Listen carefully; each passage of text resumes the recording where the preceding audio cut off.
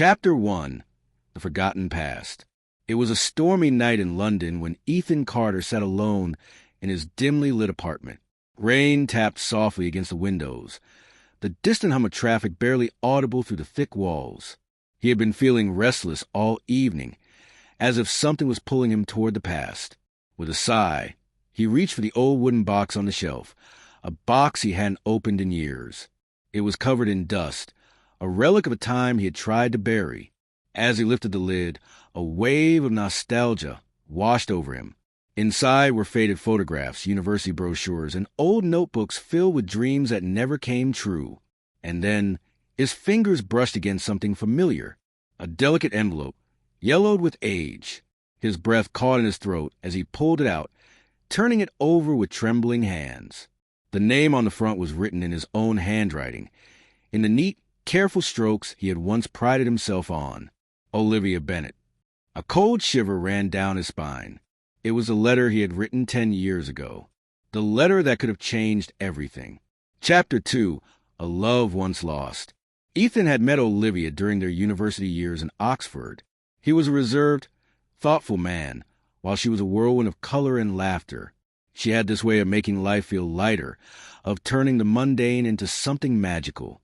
They spent hours walking along the Thames, sitting in cafes, and dreaming about the future.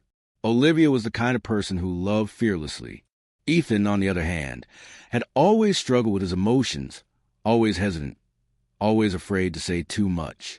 But Olivia understood. She waited patiently for the day he would finally tell her what she already knew, that he loved her. Then came the job offer, a prestigious position in New York, something he had worked toward for years. He had only a week to decide. He wanted to stay.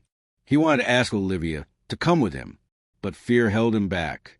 Instead of telling her everything he felt, he wrote it down in a letter, a confession of his love, his regrets, his hopes, a desperate plea for her to wait for him.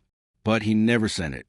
He convinced himself that if fate wanted them together, it would happen naturally. So, with a heavy heart, he left for New York, leaving behind memories, a love unfinished, and an unsent letter that carried all his unspoken words. Chapter 3. The Weight of Regret. Now, a decade later, Ethan stared at the letter, his heart pounding. Why had he never sent it? Why had he let fear win? He had everything now, a successful career, a luxurious apartment, a life people envied. But none of it mattered. Over the years, he had tried to move on, dated other women, convinced himself that Olivia was just a beautiful memory. But deep down, he knew the truth. He had never stopped loving her. With a surge of determination, Ethan made a decision. He had to find her. He had to know if it was too late. He spent days searching, reaching out to old university friends, scrolling through social media, even revisiting places they used to go. No trace of her. Just when hope was slipping away, an old friend gave him a clue. She moved to Edinburgh a few years ago. The friend said, "She works at a publishing house there." Ethan didn't hesitate. He booked the first train to Edinburgh, his heart pounding with a mix of fear and hope.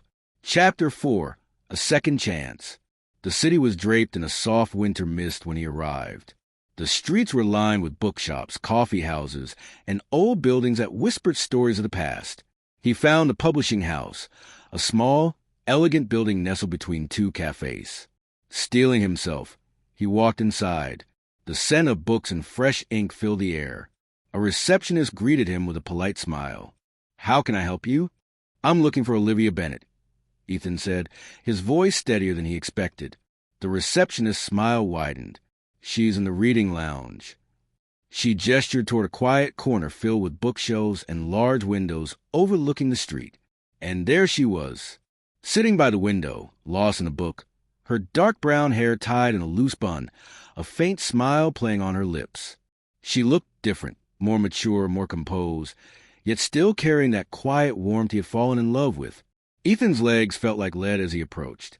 What if she had moved on? What if she didn't want to see him? But then, as if sensing his presence, Olivia looked up. For a moment, time stopped. Her eyes widened in disbelief, then recognition, then something deeper, something raw and unspoken. "Ethan?" Her voice was barely a whisper. He took a shaky breath and held out the letter. "I never sent this," he said. With trembling fingers, Olivia took it, her eyes scanning the words he had written so long ago. As she read, tears welled up in her eyes. She let out a soft, broken laugh. "You idiot," she whispered, her voice thick with emotion. "Do you know how long I waited for you?" Ethan swallowed the lump in his throat. "I know, and I'm sorry. I should have told you then. I should have never left you wondering."